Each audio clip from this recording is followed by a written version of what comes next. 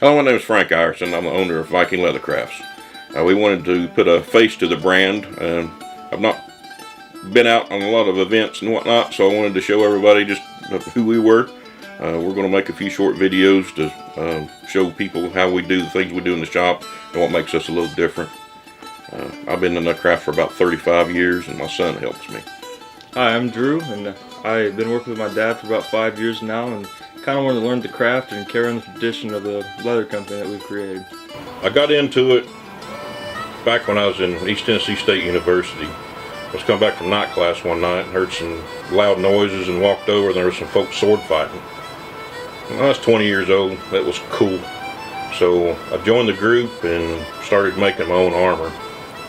The first piece of leather work that I ever did was my armor. I made kind of a Roman Lorca looking kind of thing. Looked pretty good.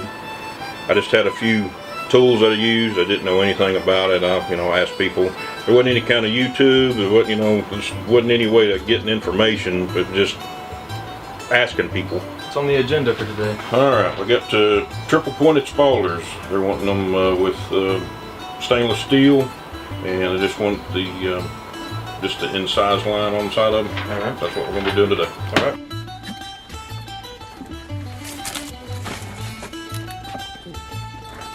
We use a clicker. It's a big cutting press die to stamp out our Spaulders pieces, and I had just cut out all the pieces for our Spaulders set.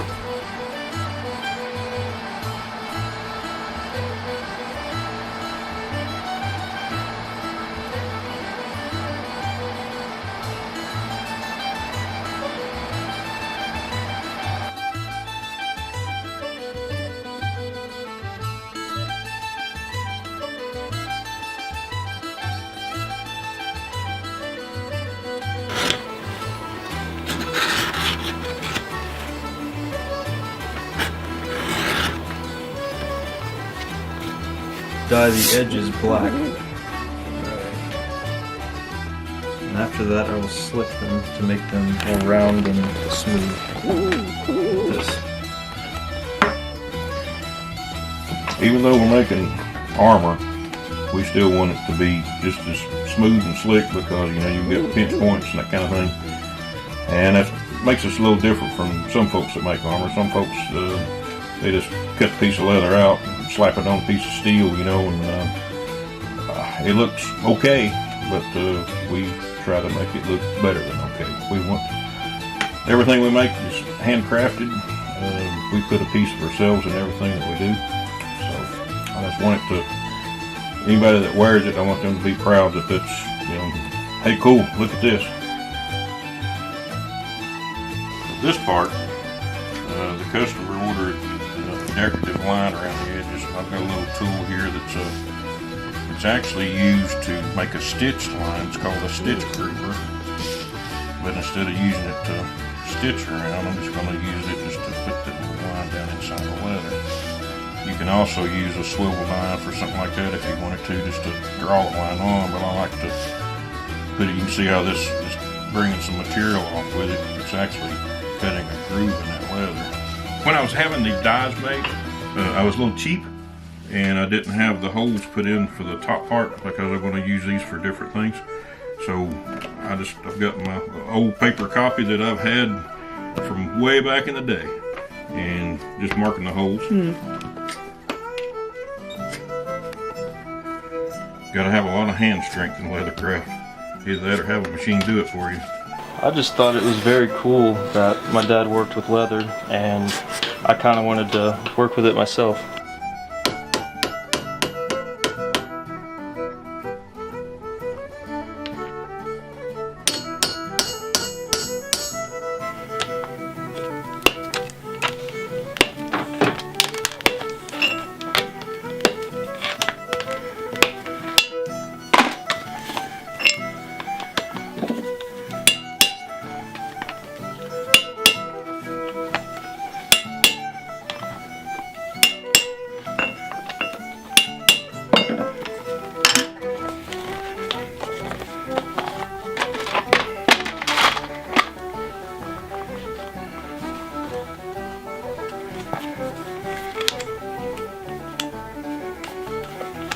Had to show up the kid.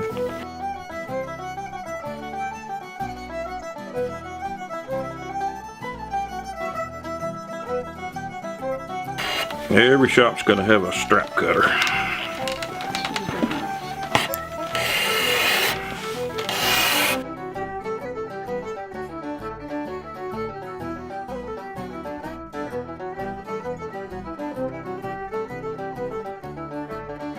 A Batman look, if you're wanting just any other kind of costume, it'll better suit it. I've got chain, rope, Celtic, all sorts of little oddball stuff. I can't even put a name to them.